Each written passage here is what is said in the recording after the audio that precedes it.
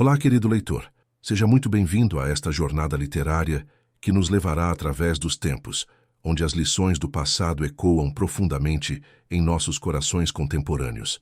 Hoje compartilho com você uma história que transcende épocas, uma narrativa sobre coragem silenciosa, dignidade inabalável e a força transformadora do amor verdadeiro. Uma história que nos lembra que, mesmo nos momentos mais sombrios, a esperança pode florescer nos lugares mais inesperados. Imagine uma mulher que carrega em seus olhos toda a dor do mundo, mas também toda a sua beleza. Uma alma que encontrou na simplicidade a grandeza e, no silêncio, a mais poderosa das vozes. Esta é uma história sobre como o amor pode curar até mesmo as feridas mais profundas da alma humana, ambientada no México de 1878, quando a honra valia mais que o ouro e o coração era o único tesouro verdadeiro. Antes de começarmos esta jornada juntos, me conte, de onde você está nos acompanhando neste momento? Deixe nos comentários a sua cidade. Adoro saber que nossa história viajará por diferentes lugares e tocará corações em cantos distintos do nosso Brasil. E não se esqueça de se inscrever no canal e deixar seu like se esta narrativa tocar seu coração. Isso me ajuda muito a continuar trazendo estas histórias especiais para você. A Rosa dos Vinhedos, o casamento da necessidade. A chuva de outono tamborilava contra as vidraças embaçadas da pequena sala, onde Marguerite Dubois observava sua tia Celestine dobrar o último vestido decente que lhe restara. O tecido azul escuro, outrora símbolo de uma vida confortável, agora parecia murchar entre as mãos trêmulas da mulher idosa. «É um homem bom, minha criança», murmurava Celestine, evitando o olhar da sobrinha. «Edward Sinclair trabalha duro, tem suas terras. Não é o que sonhávamos, mas...» Marguerite cerrou os punhos delicados.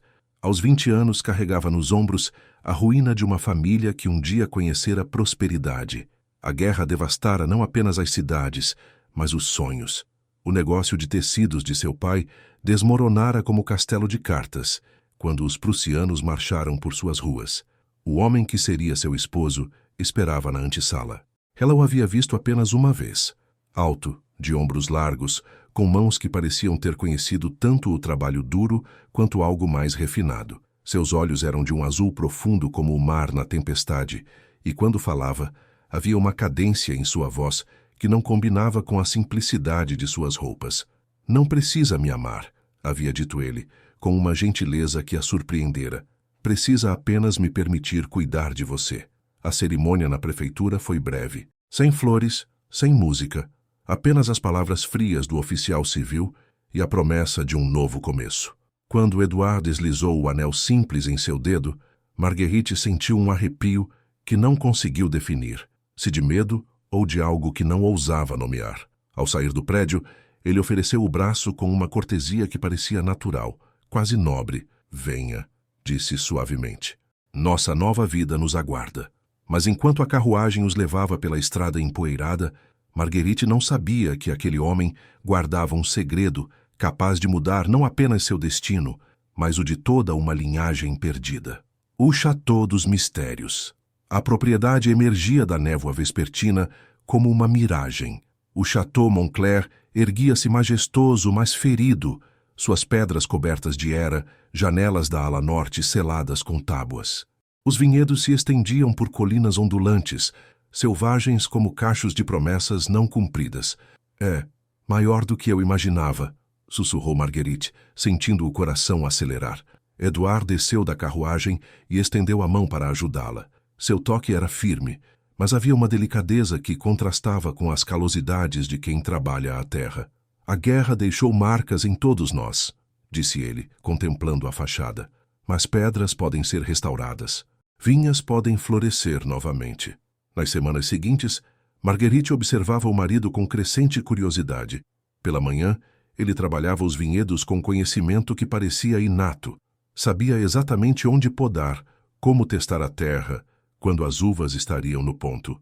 Suas mãos, que ela pensara rudes, moviam-se com precisão de alguém que entendera a linguagem secreta da terra. Mas eram os pequenos detalhes que a intrigavam. A forma como segurava a taça de vinho ao jantar, girando-a delicadamente antes de provar. O latim que murmurava ocasionalmente, como se fossem orações. E nas noites de chuva, quando pensava estar sozinho, ela o escutava tocando violino, melodias tão belas e melancólicas que faziam seus olhos marejar. Uma tarde, explorando a biblioteca abandonada, Marguerite descobriu livros raros encadernados em couro com ex-libris dourados. Seus dedos tremeram ao decifrar as iniciais gravadas. E.M. Edouard Moncler. Quando ele retornou dos vinhedos, encontrou-a sentada entre os volumes antigos, um medalhão aberto nas palmas das mãos. O retrato em miniatura mostrava um jovem nobre de olhos azuis familiares. "Você tem algumas explicações a me dar", disse ela, sua voz uma mistura de medo e fascinação. Edouard parou na soleira, como um homem que sabia que seu passado finalmente o havia alcançado. Bem, sombras do passado. O silêncio se estendeu entre eles como uma ponte suspensa sobre um abismo. Edouard fechou os olhos e, quando os abriu, Marguerite viu ali uma vulnerabilidade que nunca havia percebido antes. "O que você gostaria de saber?", perguntou ele, aproximando-se devagar como se temesse que ela pudesse desaparecer. "A verdade", respondeu ela, erguendo o medalhão. "Esta propriedade, estes livros, esta música que você toca como se houvesse nascido para ela. Quem é você realmente?" Edouard sentou-se na poltrona desgastada diante dela, passando as mãos pelos cabelos. "Eu fui empregado aqui, preceptor dos filhos da família Moncler antes da guerra. Quando eles partiram, permaneci cuidando da propriedade." "Mentira", disse ela suavemente, mas com firmeza. "Este medalhão traz sua semelhança. Estes livros foram seus desde sempre. A forma como você conhece cada pedra deste lugar." Ele levantou-se bruscamente, dirigindo-se à janela. Lá fora, as videiras balançavam no vento outonal como dançarinas em luto. "Alguns segredos existem para proteger quem amamos", murmurou. "E outros existem por covardia", replicou Marguerite, surpreendendo-se com sua própria coragem. Naquele momento, o som de cascos ecoou no pátio. Uma carruagem preta parou diante da entrada principal, e dela desceu um homem corpulento, vestindo a farda oficial de Paris. Edouard empalideceu. "Comissário Laurent", anunciou o criado. Marguerite percebeu como as mãos do marido tremeram imperceptivelmente e soube que sua nova vida estava prestes a ser revirada mais uma vez. O investigador de Paris. O comissário Laurent era um homem que parecia carregar o peso da desconfiança nos ombros. Seus olhos pequenos e penetrantes varreram o salão com a precisão de quem estava acostumado a desenterrar verdades enterradas. "Monsieur Sinclair", disse, pronunciando o nome com ironia mal disfarçada. "Ou devo dizer, Monsieur de Moncler?" Marguerite sentiu o sangue gelar nas veias. Ao seu lado, Edouard manteve-se ereto, mas ela podia sentir a tensão irradiando dele como o calor de uma fornalha. "Sou Edouard Sinclair, trabalhador dos vinhedos", respondeu com voz controlada. Laurent sorriu um sorriso que não chegava aos olhos. "Interessante, porque tenho aqui relatórios de que o último duque de Moncler teria morrido durante o bombardeio de 1870. Seu corpo nunca foi encontrado, é claro." "Que conveniente." O comissário caminhou pela sala tocando objetos como se fossem evidências. "Há rumores, compreende? Pessoas da região sussurram sobre um nobre que teria fingido sua própria morte para escapar de, digamos, certas obrigações políticas." "Obrigações políticas?" A voz de Marguerite saiu mais aguda que pretendera. "Ah, madame, sua inocência é tocante", replicou Laurent. "Não sabia que seu esposo deveria ter se casado com a filha de um industrial alemão? Uma aliança que fortaleceria os laços com nossos conquistadores?" As palavras caíram como pedras no lago silencioso da sala. Marguerite olhou para Edouard, vendo pela primeira vez não o homem simples que conhecera, mas alguém que carregava o peso de escolhas que poderiam ter mudado o curso da história. "E se fosse verdade?", perguntou Edouard, sua voz baixa mas firme. "Se um homem preferisse morrer a trair sua pátria?" Laurent aproximou-se, como um gato diante de um rato ferido. "Então seria um homem corajoso, ou um tolo, mas também seria um homem que cometeu fraude ao assumir identidade falsa." O silêncio que se seguiu foi quebrado apenas pelo tic-tac do relógio antigo no canto da sala. Marguerite percebeu que sua vida, sua frágil e recente vida, estava sendo dissecada por dedos impiedosos. "Terei de levar esta investigação adiante", anunciou Laurent. Paris está interessada em esclarecer estes mal-entendidos. Depois que o comissário partiu, Marguerite e Edouard permaneceram em silêncio. Ela sabia que nada mais seria igual. A verdade, como uma nascente represada, estava finalmente pronta para brotar. A confissão do Duque. Aquela noite, Edouard não foi para seu quarto. Marguerite o encontrou na biblioteca, sentado diante da lareira que ele havia acendido. As chamas dançavam em seus olhos, criando sombras que pareciam contar histórias antigas. "Você merece saber tudo", disse ele sem olhar para ela. Marguerite sentou-se na poltrona ao lado, suas mãos cruzadas no colo como uma menina esperando uma história antes de dormir. Mas sabia que esta história mudaria tudo. "Meu nome verdadeiro é Edouard Henri de Montclair. Era o último duque desta linhagem." Sua voz carregava o peso de séculos. "Quando a guerra chegou, não foram apenas os prussianos que invadiram nossa terra. Foram também aqueles que se dispuseram a negociar com eles." Ele levantou-se, aproximando-se de uma janela através da qual se podia ver a lua iluminando os vinhedos. "Minha família possuía influência, conexões. Os alemães queriam uma aliança que legitimasse sua presença. Ofereceram um casamento, eu e a filha de um de seus industriais.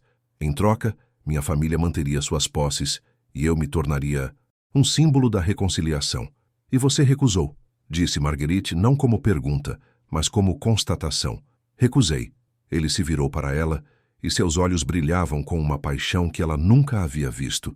"Minha França sangrava, meu povo sofria, e eu deveria sorrir ao lado de quem nos conquistara?" Edouard voltou a sentar-se, mas agora mais próximo dela. "Durante o bombardeio fingi minha morte. Deixei que encontrassem roupas ensanguentadas entre os escombros. Destruí documentos, queimei retratos. Edouard de Montclair morreu naquele dia. E nasceu Edouard Sinclair", murmurou ela. "Um homem livre para viver segundo seus princípios, mesmo que significasse abrir mão de tudo."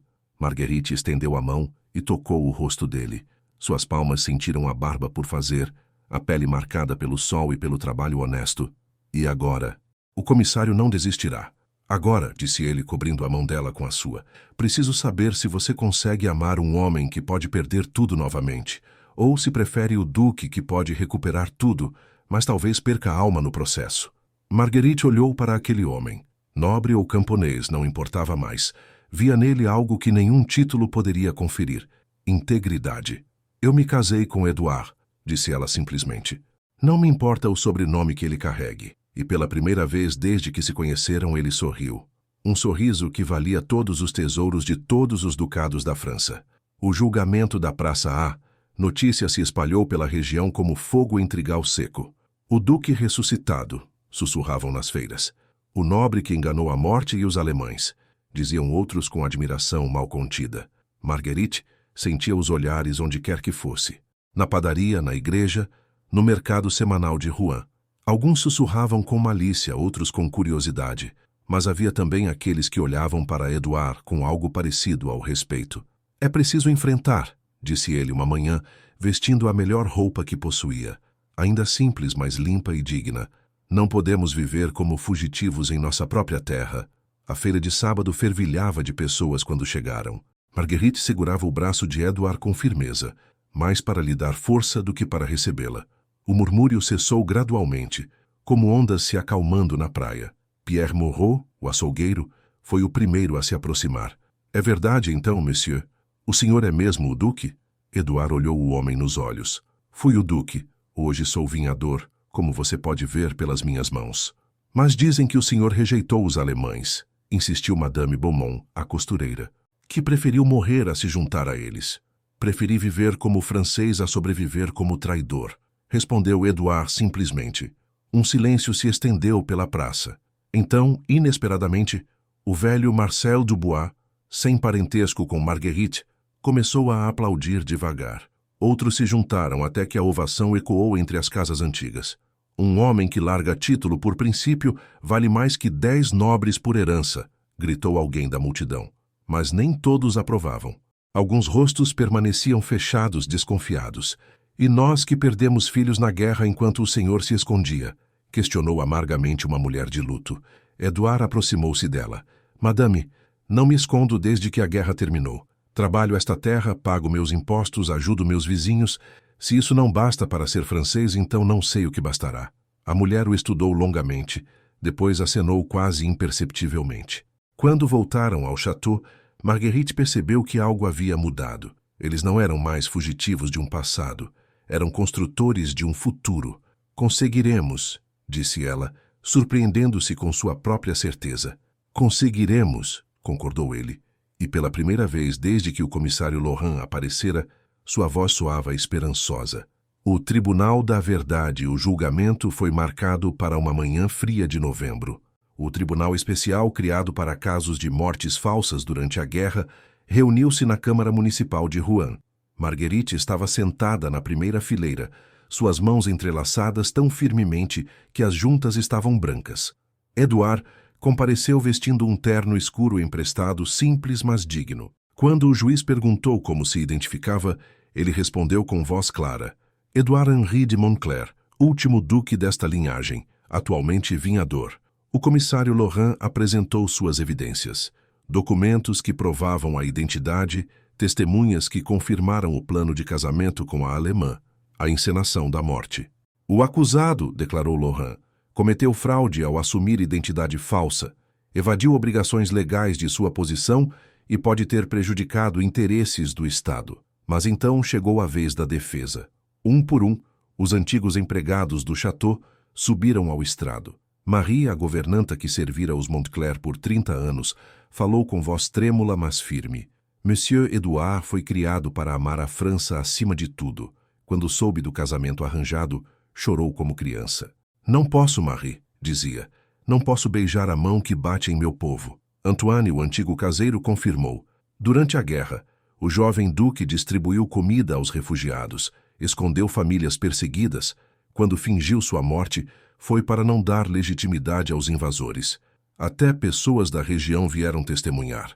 O pároco local declarou: Edouard Sinclair, como o conhecemos, trabalha honestamente, ajuda os necessitados, paga seus dízimos. Que mais podemos pedir de um homem? O juiz, um homem idoso de bigodes brancos, ouviu tudo em silêncio. Finalmente, dirigiu-se a Edouard. Monsieur de Montclair, reconhece que agiu fora da lei? Edouard levantou-se. Reconheço, Vossa Excelência. Mas se fosse necessário escolher novamente entre a lei e a consciência, escolheria a consciência. O veredicto veio após 2 horas de deliberação. Considerando as circunstâncias excepcionais da guerra, as motivações patrióticas do acusado e sua conduta exemplar desde então, este tribunal absolve Edouard Henri de Montclair de todas as acusações.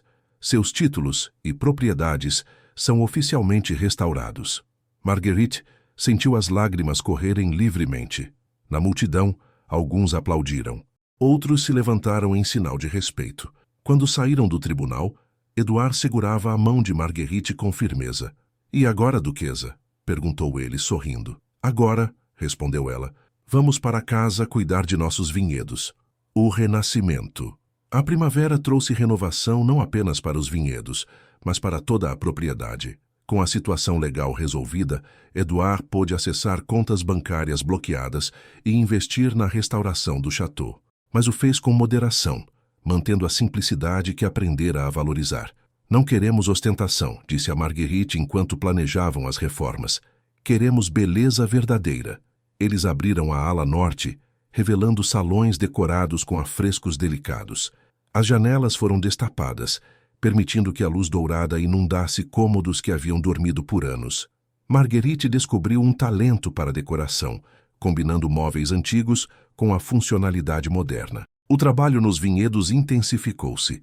Edouard contratou famílias locais, pagando salários justos e oferecendo participação na colheita. Esta terra não pertence apenas a mim, explicava.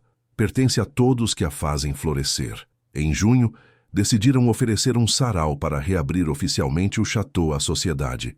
Marguerite sentiu nervosismo ao preparar o evento.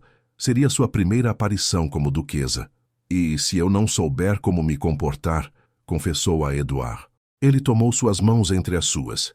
Você se comportará exatamente como é, uma mulher íntegra, inteligente e gentil. Isso vale mais que toda a etiqueta do mundo. A noite do sarau foi mágica.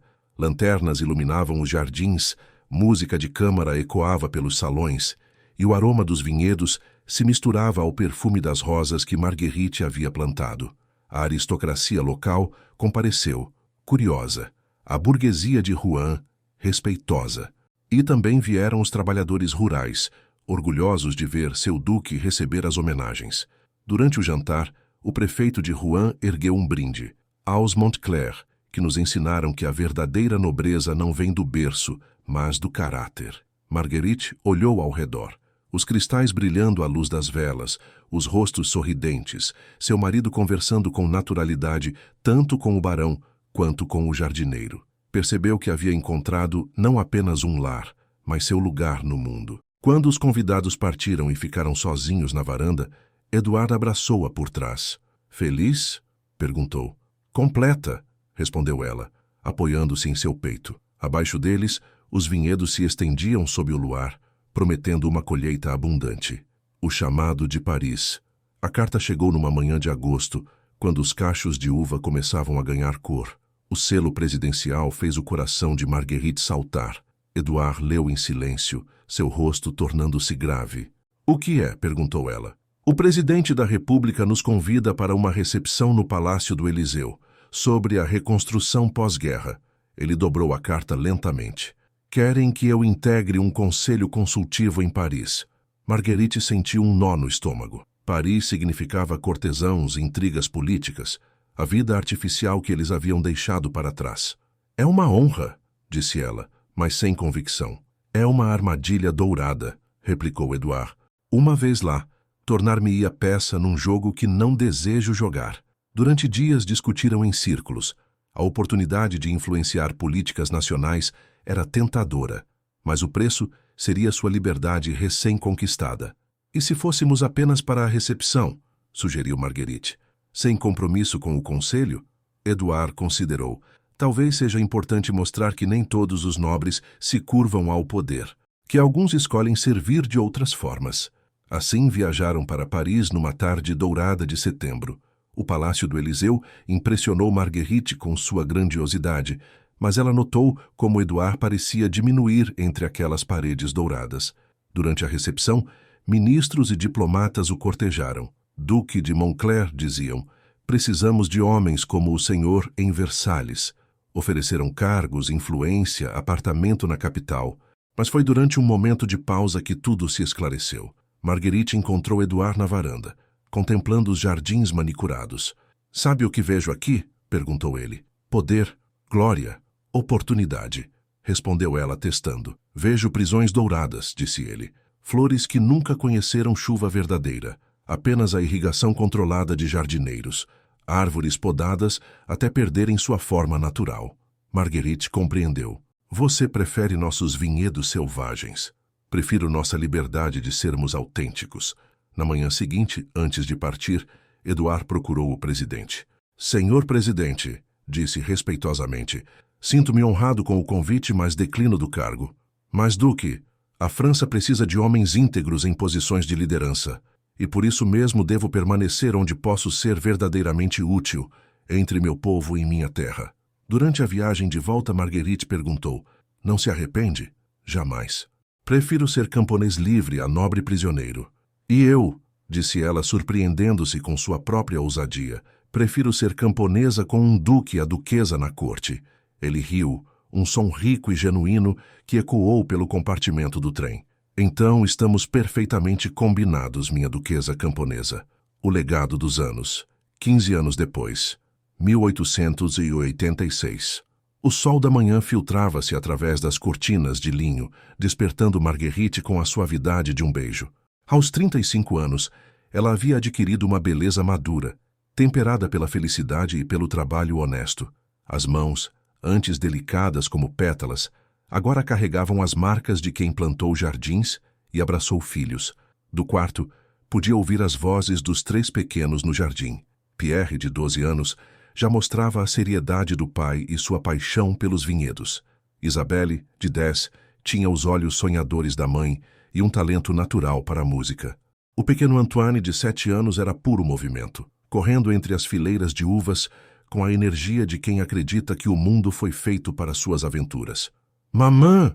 gritou Isabelle da janela. Papa está ensinando os homens da vila sobre as novas técnicas de cultivo. Marguerite sorriu. 15 anos haviam transformado não apenas suas vidas, mas toda a região.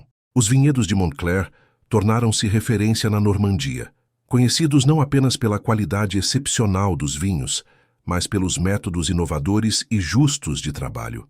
Vestiu-se e desceu para encontrar Edouard, cercado por uma dezena de viticultores locais. Aos 47 anos, ele havia mantido a força física, mas seus cabelos mostravam fios prateados que Marguerite achava distintos. A terra nos ensina paciência, dizia ele ao grupo. Uma vinha apressada produz uva amarga. Uma vinha negligenciada, uva pobre. É no equilíbrio que encontramos a excelência. Jean Moreau, filho do antigo açougueiro, levantou a mão. Mas, Duque, o mercado exige produção rápida. O mercado, respondeu Edouard com um sorriso, aprende a valorizar qualidade quando oferecemos consistentemente. Nossos vinhos podem custar mais, mas quem os prova uma vez, volta sempre. Marguerite observava orgulhosa. O homem que conhecera como esposo por conveniência havia se tornado líder natural, respeitado por sua sabedoria e integridade. Após a reunião, caminharam juntos pelos vinhedos. As parreiras carregadas prometiam mais uma colheita excepcional. Lembra-se, perguntou Edouard, de quando você descobriu quem eu era naquela biblioteca empoeirada? Como poderia esquecer? Pensei que havia me casado com um mentiroso. E havia, admitiu ele. Mas descobriu que às vezes mentimos para proteger verdades maiores. Pararam diante da placa de bronze que haviam mandado instalar na entrada do château. A honra não se herda. Conquista-se com escolhas. Família Montclair, 1886. Nossos filhos compreenderão isto? Perguntou Marguerite. Compreenderão porque estamos lhes ensinando não apenas com palavras, mas com exemplo. Naquele momento, Pierre aproximou-se correndo, segurando um cacho de uvas. Papa, estas estão quase prontas para a colheita? Edouard examinou os frutos com seriedade, incluindo o filho na análise. O que você acha, Pierre? O menino imitou os gestos do pai, testando a firmeza, observando a cor. Mais 2 semanas, talvez. Excelente percepção. E por quê? Porque ainda tem açúcar demais e acidez de menos. Como mamã quando está impaciente, disse Pierre inocentemente. Marguerite riu, fingindo indignação. Aí está meu filho, comparando sua mãe à uva verde. Edouard abraçou os dois. Uma família como uma boa safra. Cada membro contribui com seu sabor único para criar algo maior que a soma das partes. A Rosa dos Vinhedos. Continuação, A Escola dos Sonhos.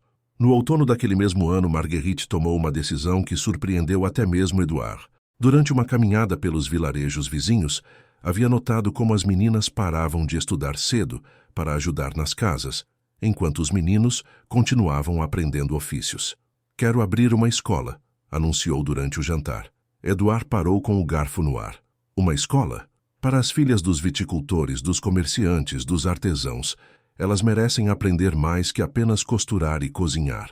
Pierre, que aos 12 anos já mostrava opiniões próprias, franzou a testa.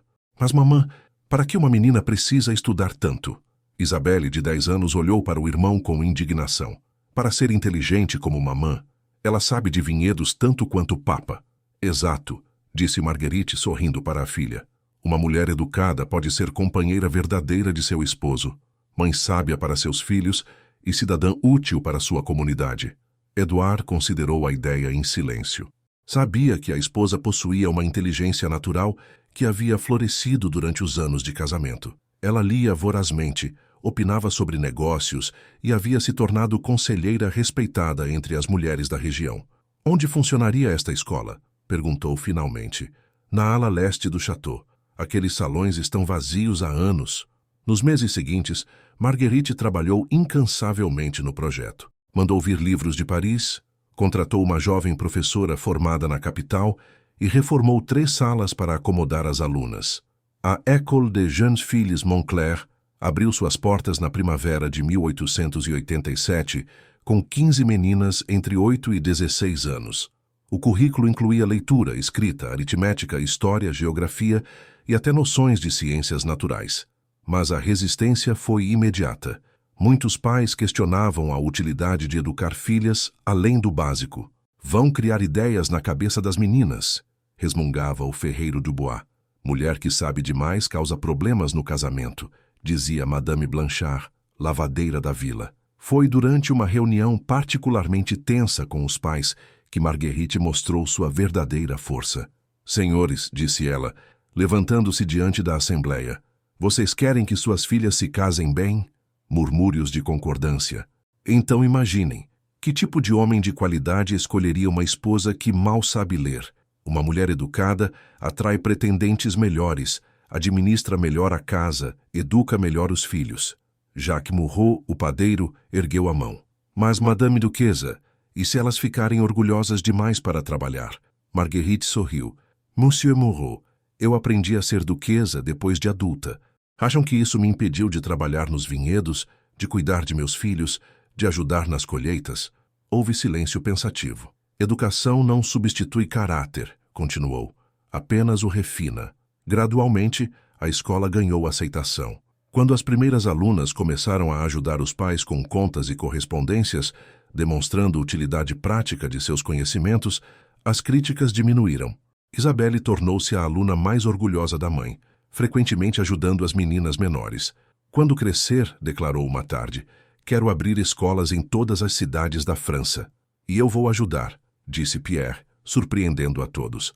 Afinal, se as meninas ficarem mais inteligentes, nós meninos teremos que nos esforçar mais também. Edouard abraçou Marguerite naquela noite. Você está mudando o mundo, uma menina por vez. Nós estamos mudando, corrigiu ela. Esta é nossa contribuição para o futuro. A tempestade e a reconciliação. O inverno de 1888 trouxe a pior tempestade que a região conhecera em décadas. Ventos furiosos arrancaram telhas, chuvas torrenciais inundaram vinhedos e uma geada tardia ameaçou destruir a safra do ano seguinte. Marguerite acordou numa madrugada com o barulho de galhos quebrando. Pela janela, via os trabalhadores correndo para proteger as videiras mais jovens com palha e tecidos. Perdemos pelo menos 1/3 das mudas, relatou Edouard ao retornar encharcado. E a escola? O telhado da ala leste cedeu. O coração de Marguerite apertou. 3 anos de trabalho ameaçados por uma única noite de fúria da natureza. Mas foi então que descobriram algo surpreendente. Na manhã seguinte, famílias inteiras apareceram no château, oferecendo ajuda. Homens que haviam criticado a escola carregavam madeira para reparos. Mulheres que questionavam a educação das filhas traziam sopas quentes para os trabalhadores. Monsieur Duque, disse Marcel Rousseau, que sempre fora dos mais resistentes às mudanças, minha filha Marie aprendeu na escola da madame a calcular quanto grão precisamos para o inverno. Descobrimos que andávamos gastando mal há anos. Jacques Murrault aproximou-se, trazendo tijolos. Minha Paulette ensinou minha esposa a ler as receitas médicas do doutor. Pode ter salvado a vida de meu pai. Edouard e Marguerite se entreolharam emocionados. A tempestade havia destruído estruturas, mas revelado algo muito mais forte. Uma comunidade unida. Durante semanas, trabalharam juntos na reconstrução. Pierre e seus amigos ajudavam carregando materiais. Isabelle organizou as meninas para costurar novas cortinas para a escola. Até o pequeno Antoine contribuía, distribuindo água para os trabalhadores. Foi durante esses dias de trabalho conjunto que um evento inesperado ocorreu. O comissário Laurent, que não aparecia há anos, chegou numa carruagem oficial. Monsieur Duque, disse ele, descendo do veículo com dificuldade. Estava visivelmente mais velho e frágil. Marguerite sentiu a tensão familiar, mas Edouard recebeu o homem com cortesia. Comissário Laurent, o que o traz aqui? Laurent olhou ao redor. Os trabalhadores cooperando, a escola sendo reconstruída, as crianças brincando juntas sem distinção de classe. Vim me desculpar, disse simplesmente. O silêncio que se seguiu foi diferente daqueles tensos do passado. Desculpar-se? Perguntou Marguerite. Durante anos acreditei que havia cometido erro ao não insistir em sua condenação, disse Laurent a Edouard. Mas agora vejo o que construíram aqui. Esta harmonia, esta prosperidade compartilhada. Paris deveria aprender com vocês, não o contrário. Laurent aproximou-se de Edouard. O governo tem novo programa de desenvolvimento rural. Querem usar Montclair como modelo para outras regiões. Não para tirá-lo daqui, mas para que outros aprendam seus métodos. Edouard considerou. Desde que não implique deixar nossa terra ou comprometer nossa autonomia, pelo contrário, Oferecemos recursos para expandir seus projetos. A escola poderia se tornar instituto modelo. Os vinhedos, centro de pesquisa agrícola. Marguerite segurou o braço de Edouard. Aquilo era o reconhecimento de tudo pelo que haviam lutado. Aceito, disse Edouard, com a condição de que a comunidade local participe de todas as decisões. Laurent sorriu, pela primeira vez desde que o conheciam. Esperava exatamente essa resposta. Quando o comissário partiu, Marguerite abraçou o marido. Às vezes o bem que fazemos volta para nós de formas inesperadas. Como as tempestades, disse Edouard, destroem para que possamos reconstruir mais forte. A grande revelação. Primavera de 1890, 19 anos após o casamento. O Instituto Agrícola Montclair havia se tornado realidade, atraindo visitantes de toda a Europa. A escola de Marguerite crescera, recebendo meninas de províncias distantes. Os vinhedos produziam alguns dos melhores vinhos da França. Mas foi durante as comemorações do aniversário de casamento que uma descoberta mudaria para sempre a compreensão que tinham de sua própria história. Isabelle, agora com 15 anos e apaixonada por história, estava catalogando documentos antigos na biblioteca quando encontrou uma pasta escondida atrás de volumes encadernados. Dentro, cartas amareladas pelo tempo e um documento oficial com selos deteriorados. "Mamã!" Papa gritou correndo para o jardim onde os pais supervisionavam os preparativos da festa. "O que foi, querida?" perguntou Marguerite, notando a agitação da filha. "Encontrei isto na biblioteca", disse Isabelle, estendendo as cartas. "São do avô de Papa, mas há algo estranho." Edouard pegou os documentos com cuidado. À medida que lia, sua expressão mudava gradualmente do interesse à surpresa. Depois, ao choque. "O que é?" insistiu Marguerite. Edouard sentou-se pesadamente numa cadeira de jardim. "Estas cartas são de meu pai para o administrador da propriedade, datadas de 1869, um ano antes da guerra", calculou Marguerite. E então? Ele estava planejando dividir as terras entre os camponeses. Queria transformar o ducado numa cooperativa agrícola. Edouard olhou para a esposa com olhos marejados. Meu pai já havia decidido abdicar do título antes mesmo da guerra começar." Isabelle pegou outra carta. "É esta aqui, Papa. É do bisavô para o avô." Edouard leu com voz trêmula. "Meu filho, a verdadeira nobreza não está no sangue que herdamos, mas no bem que deixamos.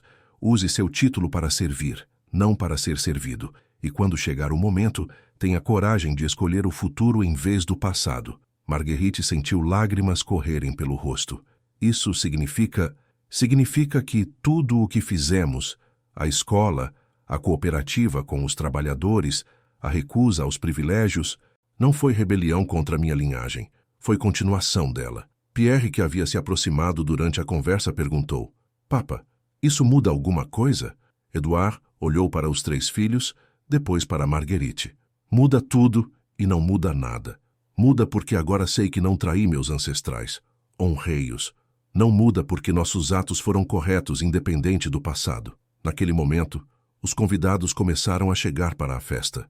Famílias de trabalhadores, comerciantes locais, alguns nobres da região, professores e alunos da escola.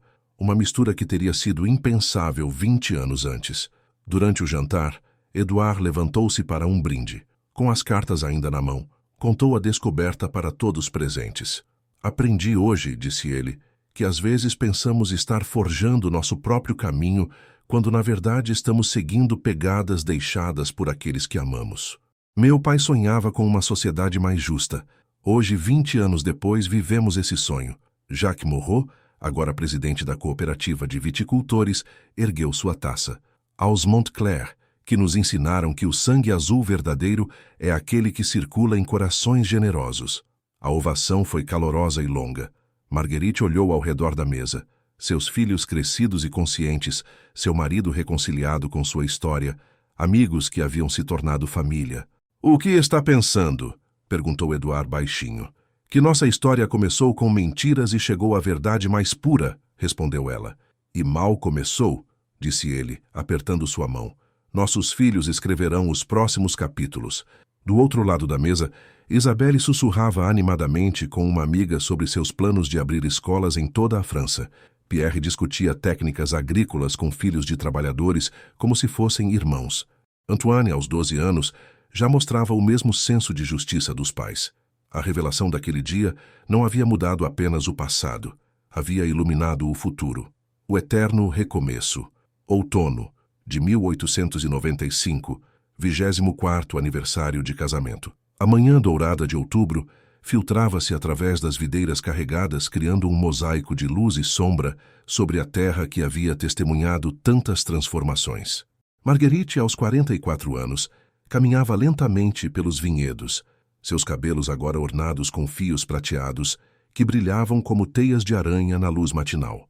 Edouard havia partido cedo para Paris, onde o Instituto Montclair seria oficialmente reconhecido como modelo nacional de desenvolvimento rural. Aos 51 anos, mantinha a postura ereta e o olhar determinado, mas suas mãos calejadas contavam a história de um homem que havia escolhido trabalhar pelo que acreditava.